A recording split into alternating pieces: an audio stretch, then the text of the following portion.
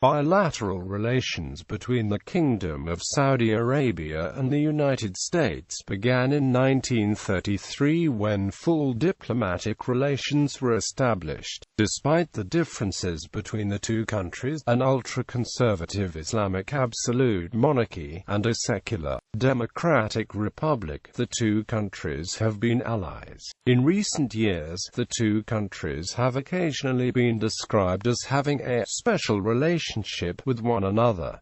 Former President George W. Bush and current President Barack Obama have close and strong relations with senior members of the Saudi royal family. Since World War II, the two countries have been allied in opposition to communism, in support of stable oil prices, stability in the oil fields and oil shipping of the Persian Gulf, and stability in the economies of Western countries where Saudis have invested. In particular, the two countries were allies against the Soviets in Afghanistan and in the expulsion of Iraq from Kuwait in 1991. The two countries have been in disagreement with regard to the State of Israel, as well as the embargo of the U.S. and its allies by Saudi Arabia and other Middle East oil exporters during the 1973 oil crisis. The 2003 U.S.-led invasion of Iraq, aspects of the War on Terror, and what many in the U.S. see as the pernicious influence of Saudi Arabia after the September 11 attacks.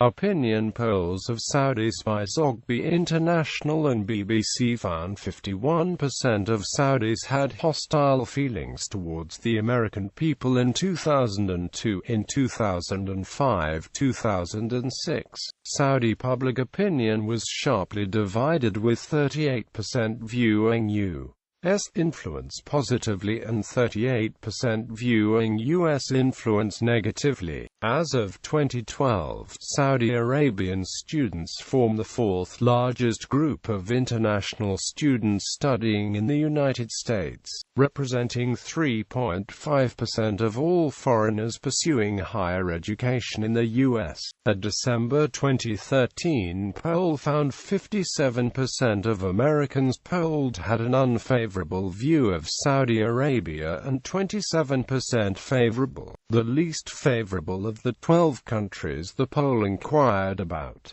Country comparison. History. Early history. Although King Abdulaziz Al Saud bin Saud is an appellation, the founder of Saudi Arabia in 1901, had an excellent relationship with the British who defended Saudi Arabia from the Turks. He eventually developed even closer ties with the U.S.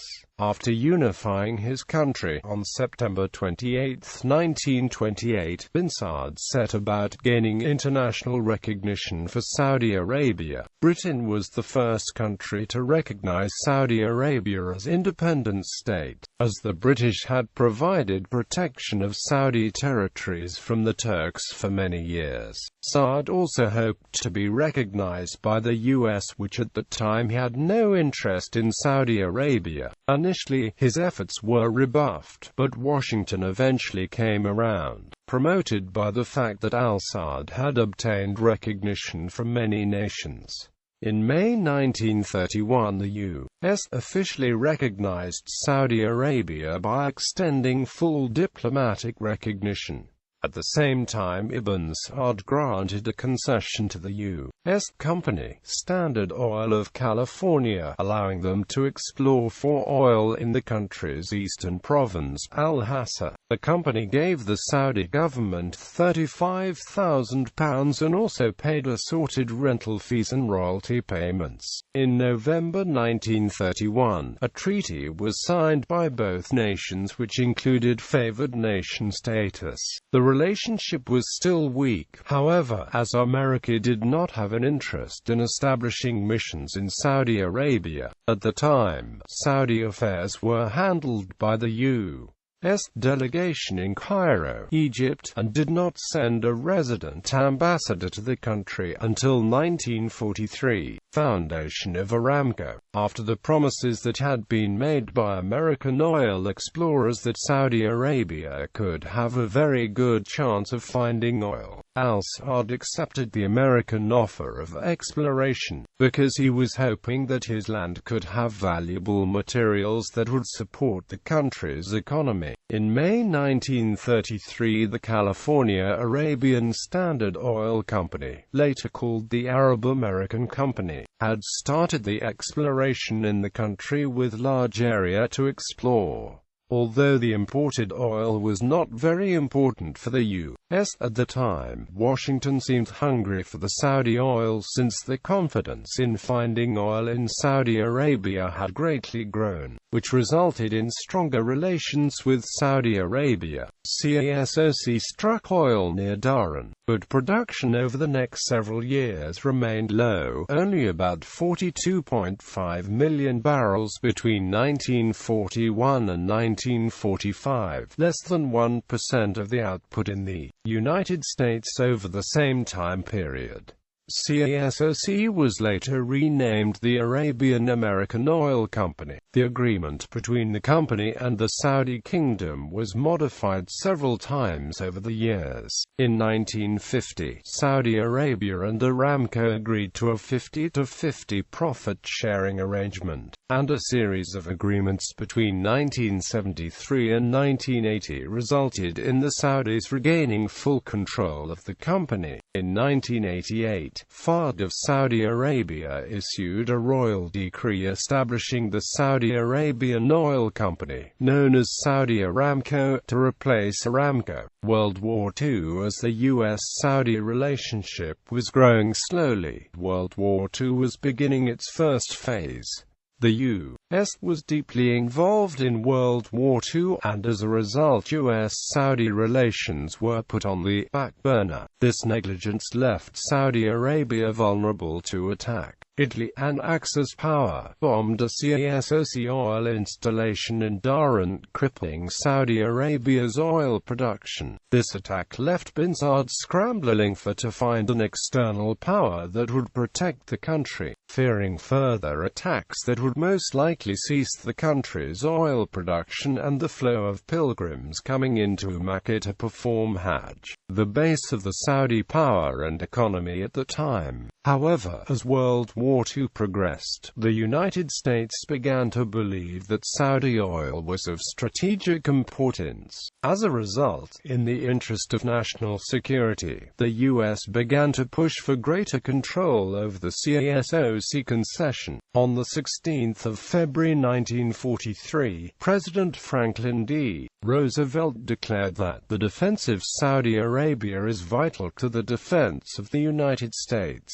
thereby making possible the extension of the Lend-Lease program to the kingdom. Later that year, the president approved the creation of the state-owned Petroleum Reserves Corporation, with the intent that it purchase all the stock of CASOC and thus gain control of Saudi oil reserves in the region. However, the plan was met by opposition and ultimately failed. Roosevelt continued to court the government. However, on 14 February 1945, he met with King Ibn Saud aboard the Quincy, discussing topics such as the country's security relationship and the creation of a Jewish country and the mandate of Palestine. Bin Saud therefore approved the U.S.'s request to allow the U.S. Air Force to fly over and construct airfields in Saudi Arabia. The oil installations were rebuilt and protected by the U.S. The pilgrims' routes were protected, and the U.S. gained a much-needed direct route for military aircraft heading to Iran and the Soviet Union. The first American consulate was opened in Dhahran in 1944. After World War II. In 1945, after World War II, Saudi citizens began to feel uncomfortable with U.S. forces still operating in Dhahran. In contrast, Saudi government and officials saw the U.S. forces as a major component of the Saudi military defense strategy. As a result, bin Saud balanced the two conflicts by increasing the demands on U.S. forces in Dhahran when the region was highly threatened and lowering it when the danger declined. At this time, due to the start of the Cold War, the U.S. was greatly concerned about Soviet communism and devised a strategy of containing the spread of communism within Arabian Peninsula, putting Saudi security at the top of Washington's list of priorities. Harry S. Truman's administration also promised bin Saud that he would protect Saudi Arabia from Soviet influence. Therefore, the U.S. increased its presence in the region to protect its interest and its allies. The security relationship between Saudi Arabia and the U.S. was therefore greatly strengthened at the start of the Cold War. In 1950, Saudi Arabia and Aramco agreed to a 50-50 profit-sharing arrangement. In 1951, under a mutual defense agreement, the U.S. established a permanent U.S. military training mission in the kingdom and agreed to provide training support in the use of weapons and other security-related services to the Saudi armed forces. The U.S. Army Corps of Engineers assisted in the construction of military installations in the kingdom. This agreement formed the basis of what grew into a long-standing security relationship. 2 years later, King Abdulaziz died and was succeeded by his son, Crown Prince Saud, who was known for his reputation as a spendthrift. Under King Saud, the kingdom's treasury diminished rapidly and he was forced to turn over direct control of government affairs to his half-brother Faisal from 1958 to 1961. In 1964, the royal family and religious leadership forced Saud to abdicate in favor of Faisal. King Saud comes to power in the late 1950s. King Saud, the eldest son of King Abdulaziz, came to power after his father's death. During Saud's time, the U.S.-Saudi relations had faced many obstacles concerning the anti-communism strategy.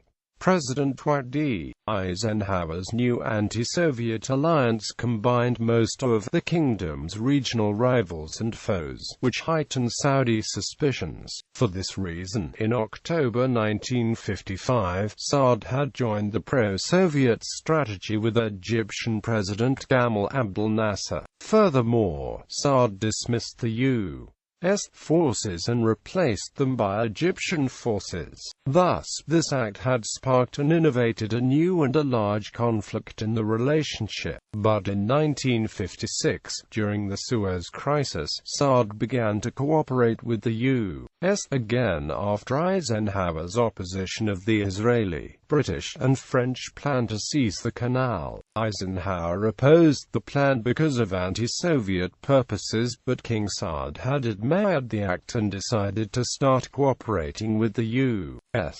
As a result, Egyptian power greatly declined while U.S.-Saudi relations were simultaneously improving.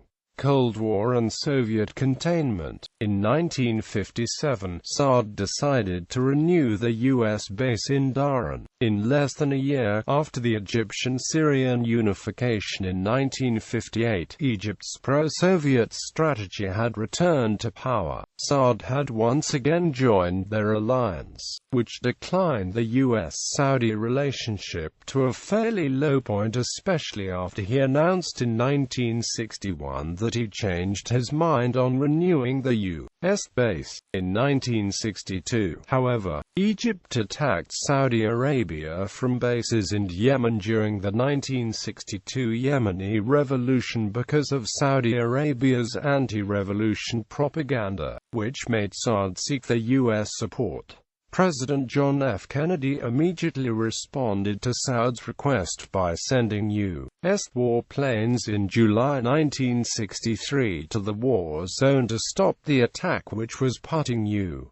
U.S. interests at risk. At the end of the war, shortly before Prince Faisal became king, the relationship rebuilt itself to become healthy again. As the United Kingdom withdrew from the Gulf region in the late 1960s and early 1970s, the U.S. was reluctant to take on new security commitments. Instead, the Nixon administration sought to rely on local allies to police American interests in the Gulf region. This meant relying on Saudi Arabia and Iran as twin pillars of regional security. Whereas in 1970 the U.S. provided less than $16 million to Saudi Arabia in military aid, that number increased to $312 million by 1972. As part of the Twin Pillars strategy, the U.S. also attempted to improve relations between the Saudis and the Iranians, such as by persuading Iran to remove its territorial claim to Bahrain. Oil embargo and the energy crises. In November 1964, Faisal became the new king after the conflicts he had with his brother Saud, the erstwhile king. The U.S., on the other hand, was not sure about the outcome of such unplanned change in the Saudi monarchy. King Faisal was cooperating neatly with the U.S. until October 20, 1973. It was the relationship's largest obstacle before 9/11. King Faisal had decided to contribute in an oil embargo against the United States and Europe in favor of the Arab position in the Yom Kippur War, causing an energy crisis in the U.S. America's complete Israel support against the Arabs makes it extremely difficult for us to continue to supply the United States with oil, or even remain friends with the United States. King Faisal, in an interview with the international media, despite the tensions caused by the oil embargo, the U.S. wished to resume relations with the Saudis. Indeed, the great oil wealth accumulated as a result of price increases allowed the Saudis to purchase large sums of American military technology. The embargo was lifted in March 1974 after the U.S. pressured Israel into negotiating with Syria over the Golan Heights. 3 months later, Washington and Riyadh signed a wide-ranging agreement on expanded economic and military cooperation. Quote, in the 1975 fiscal year, the two countries signed $2 billion worth of military contracts, including an agreement to send Saudi Arabia 60 fighter jets. The Saudis also argued to keep OPEC price increases in the mid-1970s lower than Iraq and Iran initially wanted. As part of the Twin Pillars strategy, the U.S. also attempted to improve relations between the Saudis and the Iranians, such as by persuading Iran to remove its territorial claim to Bahrain. The Saudis' increase of oil production to stabilize the oil price and the support of anti-communism have all contributed to closer relations with the U.S. In January 1979, the U.S. sent F-15 fighters to Saudi Arabia for further protection from communism. Furthermore, the U.S. and Saudi Arabia were both supporting anti-communist groups in Afghanistan and struggling countries. One of those groups later became known as the Al-Qaeda terrorist organization. Government purchases. After the Cold War, the U.S.-Saudi relations were improving. The U.S. and U.S. companies were actively engaged and paid handsomely for preparing and administrating the rebuilding of Saudi Arabia. Saudi Arabia transferred $100 billion to the United States for administration, construction, weapons, and in the 1970s and 1980s higher education scholarships to the U.S. During that era, the U.S. built and administrated numerous military academies, Navy ports, and Air Force military air bases. Many of these military facilities were influenced by the U.S. with the needs of Cold War aircraft and deployment strategies in mind. Also, the Saudis purchased a great deal of weapons that varied from F-15 warplanes to M1 Abrams main battle tanks that later proved useful during the Gulf War. The U.S. pursued a policy of building up and training the Saudi military as a counterweight to Shiite extremism and revolution following the revolution in Iran. The U.S. provided top-of-the-line equipment and training, and consulted the Saudi government frequently, acknowledging them as the most important Islamic leader in that part of the world, and key player in the U.S. security strategy. The Gulf War. Iraq's invasion of Kuwait in August 1990 had sparked the beginning of another bloody war, the Gulf War. During the Gulf War, the security relationship had greatly increased and strengthened. After the invasion, Fahd, the King of Saudi Arabia at the time, had officially declared war against Iraq. President George H.W. Bush had declared war against Saddam Hussein, who threatened United States oil interests in the region as well. And the U.S. was concerned about the safety of Saudi Arabia against Saddam's intention to invade and control the oil reserves in the region. As a result, after Fahad's approval, President Bush sent a great number of troops to protect Saudi Arabia from a possible Iraqi invasion. This operation was called Desert Shield. Furthermore, the U.S. had sent additional troops in Operation Desert Storm, with nearly 100,000 Saudi troops sent by Fahd to form a U.S.-Saudi army alliance, along with troops from other allied countries to attack Iraqi troops in Kuwait and to stop further invasion. During Operation Desert Storm, Iraqi troops were defeated within 4 days, causing the Iraqis to retreat back to Iraq. Operation Southern Watch. Since the Gulf War, the U.S. had a continued presence of 5,000 troops stationed in Saudi Arabia, a figure that rose to 10,000 during the 2003 conflict in Iraq. Operation Southern Watch enforced the no-fly zones over southern Iraq set up after 1991, and the country's oil exports through the shipping lanes of the Persian Gulf are protected by the U.S. Fifth Fleet, based in Bahrain. The continued presence of U.S. troops in Saudi Arabia was one of the stated motivations behind the September 11 terrorist attacks, as well as the Kobar Towers bombing. In 2003, the U.S. withdrew most of its troops from Saudi Arabia, though one unit still remains. 2010 U.S. arms sailed to Saudi Arabia on October 20, 2010. U.S. State Department notified Congress of its intention to make the biggest arms sale in American history, an estimated $60.5 billion purchase by the Kingdom of Saudi Arabia. The package represents a considerable improvement in the offensive capability of the Saudi armed forces.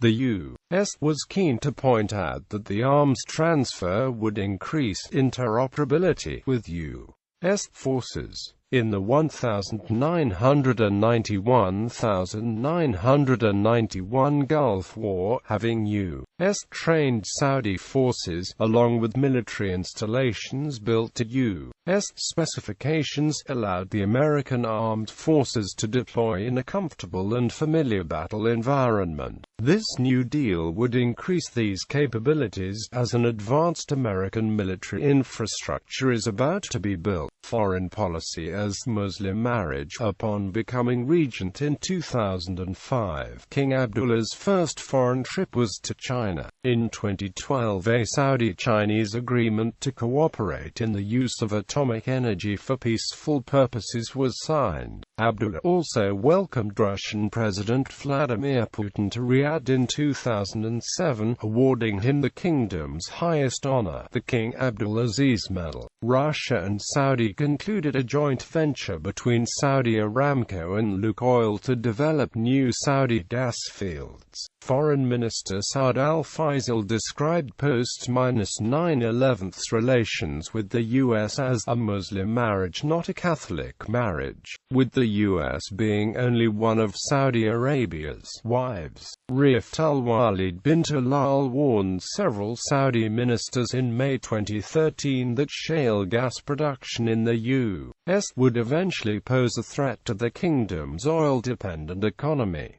Despite this, the two countries still maintained a positive relationship. In October 2013, Saudi intelligence chief Prince Bandar bin Sultan suggested a distancing of Saudi Arabia-United States relations as a result of differences between the two countries over the Syrian civil war and diplomatic overtures between Iran and the Obama administration. The Saudis rejected a rotating seat on the UN Security Council that month in protest of American policy over those issues. Saudi Arabia was cautiously supportive of a Western-negotiated interim agreement with Iran over its nuclear program. President Obama called King Abdullah to brief him about the agreement, and the White House said the leaders agreed to consult regularly about the U.S.'s negotiations with Iran.